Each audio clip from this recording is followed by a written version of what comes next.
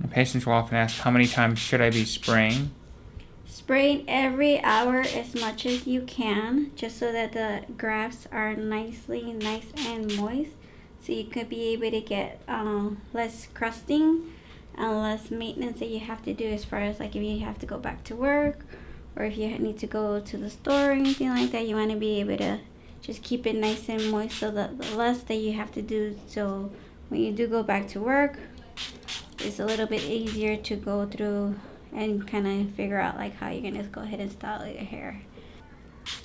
Now, first haircut, you think it's 1 week too soon, too early? No, with 1 2 week weeks? is good. Is we want you to wait at least 1 week, because the most that you worry about anything being dislodged is the first 48 to 72 hours.